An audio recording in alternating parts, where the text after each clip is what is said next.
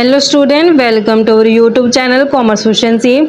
आज की क्लास में कवर करेंगे क्या मेरिट रहती हैं और क्या लिमिटेशंस रहती हैं डायग्राम और ग्राफिक प्रेजेंटेशन की।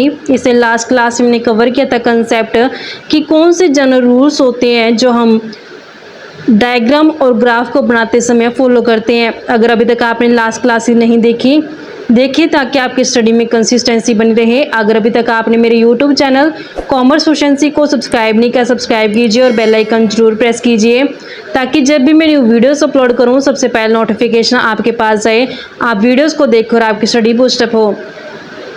स्टार्ट करते कंसेप्ट की मेरिट क्या है डायग्रामेटिक और ग्राफिक प्रेजेंटेशन की।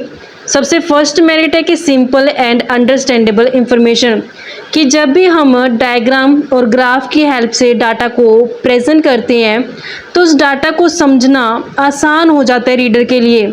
अगर कोई कॉम्प्लेक्स स्टैटिस्टिकल इंफॉर्मेशन है तो वो भी समझनी आसान हो जाती है।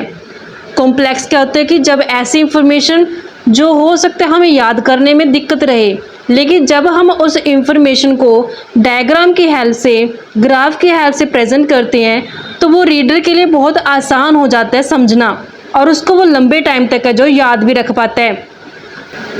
कई बार क्या होता है कि पिक्चर को देखते ही जो रीडर है वो आसानी से समझ जाता है कि इस डाटा के फीचर्स क्या हैं। नेक्स्ट होता है लास्टिंग। लास्टिंग इम्पैक्ट का मतलब होता है, लास्टिंग होते लंबे टाइम तक, कि जब भी हम ना डायग्राम और ग्राफ की हेल्प से डाटा को प्रेजेंट करते हैं ना तो वो रीडर के माइंड में बहुत लंबे टाइम तक वो इन्फॉर्मेशन है जो स्टोर रहती है, उसको याद रहती है वो इन्फॉर्मेशन। अगर कोई इन्फॉर्मेशन पैराग्राफ में दी होती है तो रीडर अट्रैक्ट नहीं होगा उसको पढ़ने के लिए कि हाँ मैं इस पूरे पैराग्राफ को पढूं, तो वो हेजिटेट करेगा कि नहीं मुझे नहीं पढ़ना, इसे बोरिंग लगेगा उसे पढ़ना। लेकिन अगर हम उसी इन्फॉर्मेशन को डायग्राम और ग्राफ की हेल्प से प्रेजेंट करें तो उससे क्या होगा कि जो रीडर है उसको आसानी से वो समझ भी पाएगा और लंबे टाइम तक उसके दिमाग में वो चीज़ है जो स्टोर रहेगी। नो नीड ऑफ ट्रेनिंग और स्पेशलाइज्ड नॉलेज है, कि जब भी हम डायग्राम या फिर ग्राफ बनाते हैं ना इसके लिए हमें किसी तरीके की कोई स्पेशल ट्रेनिंग की ज़रूरत नहीं होती, किसी स्पेशल नॉलेज की ज़रूरत नहीं होती है।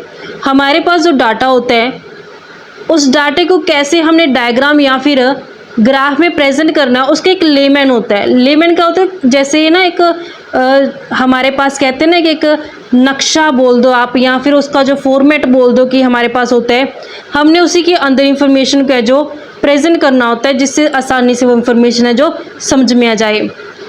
नेक्स्ट होता है कि attractive and effective means of presentation, कि डायग्राम और जो ग्राफ होता है वो बहुत ही अट्रैक्टिव और एक इफेक्टिव तरीका होता है अपने डाटा को प्रेजेंट करने का। तो यहाँ पे जब हम पिक्चर की बजाय लाखों वर्ड यूज़ करें, यानी कि अगर मैं पैराग्राफ में अपनी इंफॉर्मेशन को कन्वे करना चाहूँ तो मेरे लिए अट्रैक्टिव नहीं रहेगा। अगर मैं उसी इंफॉर्मेशन को पिक्चर की हेल्प से, डायग्राम की हेल्प से, ग्राफ की हेल्प से बताऊँगी तो उसमें क्या होगा कि मुझे 1000 वर्ड लिखने की बजाय ना एक पिक्चर के अंदर वो सारी की सारी इंफॉर्मेशन है जो रिप्रेजेंट करने की मौका मिलेगा। तो उससे क्या होगा, रीडर को भी आसानी से समझ में आ जाएगा, बोरिंगनेस भी नहीं होगी रीडर को पढ़ने में, वो आसानी से जो उसको समझ पाएगा। नेक्स्ट होता है एक कंपेरेटिव ग्लैंस। तो हम आसानी से ना एक ही चुटकी के अंदर क्या कर सकते हैं, एक ही ग्लैंस के अंदर कंपेरेटिव स्टडी कर सकते हैं, आसानी से हम कंपैरिजन कर सकते हैं। जब भी हम डायग्राम या फिर ग्राफ बनाते हैं ना तो उससे हमें डाटा को कंपैरिजन करने में बहुत आसानी होती है। एक ही नज़र में हम कंपैरिजन कर लेते हैं कि हाँ ये क्या हमारे पास रिजल्ट इससे मिलेंगे। तो जैसे कि डाटा इन्वेस्टमेंट का, कि कितना इन्वेस्टमेंट किया गया प्राइवेट और पब्लिक सेक्टर के अंदर, अगर हमने उसको बार डायग्राम की हेल्प से जो प्रेजेंट किया तो हम आसानी से उसको कंपैरिजन कर सकते हैं कि हाँ इस बार पब्लिक सेक्टर में कितना इन्वेस्टमेंट है और प्राइवेट सेक्टर में कितना इन्वेस्टमेंट है। तो आसानी से कंपैरिजन करके हम उससे जो इंफॉर्मेशन प्राप्त कर सकते हैं कि क्या इस बार प्राइवेट सेक्टर में ज़्यादा इन्वेस्टमेंट की गई है या फिर पब्लिक सेक्टर में ज़्यादा इन्वेस्टमेंट की गई है।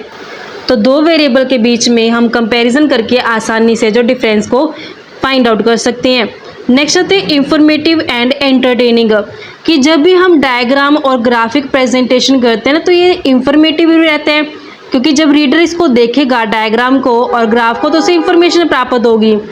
एंटरटेनिंग भी रहता है कि उसको ना मतलब समझने में अच्छा लगता है कि हाँ मेरे पास ये इन्फॉर्मेशन है जो आसानी से मुझे प्राप्त हो गई है डायग्राम और ग्राफ की हेल्प से। तो उसको जो इंफॉर्मेटिव भी रहता है डायग्राम समझना और उसके लिए एंटरटेनिंग भी रहता है रीडर के लिए। नेक्स्ट आता है लोकेशन ऑफ एवरेज। तो जब भी हम ग्राफिक टेक्निक का यूज़ करते हैं तो हमें आसानी से जो एवरेज है उसकी वैल्यू हम लोकेट कर सकते हैं, जैसे मोड और मीडियन की वैल्यू को।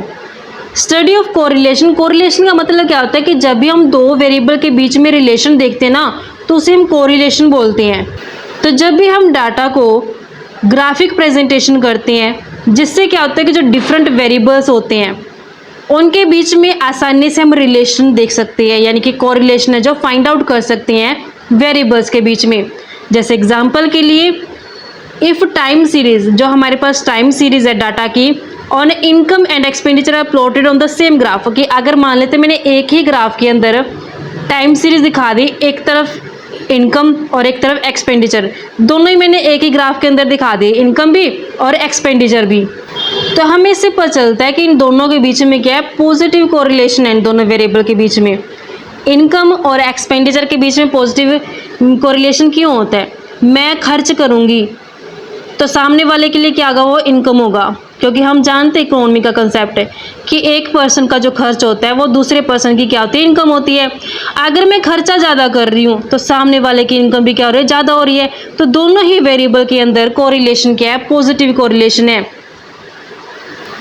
जैसे अगर मेरी इनकम ज़्यादा है तो मतलब क्या है कि सामने वाले ने खर्चा ज़्यादा कर दिया, यानी अगर हम खर्चे बढ़ाएंगे तो सामने वाले की इनकम बढ़ जाएगी, अगर मैं खर्चा कम करूंगी तो सामने वाले की इनकम भी क्या हो जाएगी, कम हो जाएगी, क्योंकि एक पर्सन का खर्चा दूसरे पर्सन की वही इनकम होता है।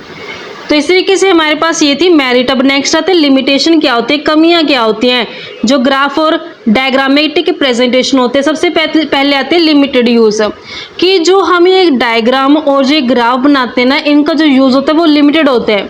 मैं हर एक इंफॉर्मेशन को डायग्राम या फिर ग्राफ की हेल्प से प्रेजेंट नहीं कर सकती। सिर्फ कुछ एक ऐसे लिमिटेड मेरे पास सेट ऑफ डाटा होते हैं जिनको मैं डायग्राम की फॉर्म में प्रेजेंट कर सकती हूँ, ग्राफ की फॉर्म में प्रेजेंट कर सकती हूँ। ज़्यादातर जो डायग्राम ग्राफ होते हैं ये तब यूज़ किए जाते हैं जब मुझे कंपैरिजन करना होता है। कंपैरिजन करना होता है जब मुझे टाइम सीरीज डाटा की वो प्रेजेंट करनी होती है, उस केस में मैं डायग्राम और ग्राफ का जो यूज़ करती हूँ। नेक्स्ट होते हैं मिसयूज़। जो डायग्राम होते हैं वो उसका मिसयूज़ किया जाता है फॉल्स प्रोजेक्शन करने के लिए स्टैटिस्टिकल फैक्ट को।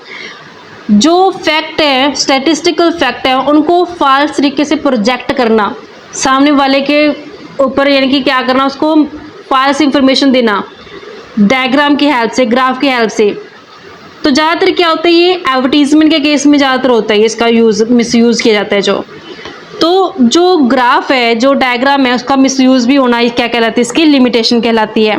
नेक्स्ट होते हैं ओनली प्रीलिमिनरी कंक्लूजन, कि जो इसके कंक्लूजन होते हैं ना वो पहले से ही क्या होते हैं, फिट होते हैं। ऐसा नहीं होता कि मैं डायग्राम को देख रही हूँ और फिर मैं फाइनल कंक्लूजन के ऊपर पहुँच रही हूँ, नहीं, क्योंकि यहाँ पे जो डायग्राम के अंदर इंफॉर्मेशन दी होती है ना वो पहले से प्रीलिमिनरी कंक्लूजन के ऊपर बेस्ड होती है कि ये कंक्लूजन है जो इसे ड्रॉ होना चाहिए, उसी के ऊपर बेस्ड जो डायग्राम और जो ग्राफिक प्रेजेंटेशन जो दी जाती है डाटा की, तो इसकी लिमिटेशन होती है। तो इसी के साथ बच्चों हमारे चैप्टर भी कंप्लीट होते हैं, अर्थमेटिक लाइन ग्राफ और time series graph. I hope आपको क्लियर हो गया है। अब तक हमने जितने भी ये चैप्टर्स किए हैं, टोटल 8 चैप्टर अब तक हम कर चुके हैं। मैंने हर एक चैप्टर के हर एक कॉन्सेप्ट को बिल्कुल कंसिस्टेंसी से कवर कराया है बच्चों। अगर अभी तक आपने पिछले चैप्टर्स कवर नहीं किए तो आप वो भी कर सकते हैं। नेक्स्ट क्लास में हम कवर करेंगे नया चैप्टर।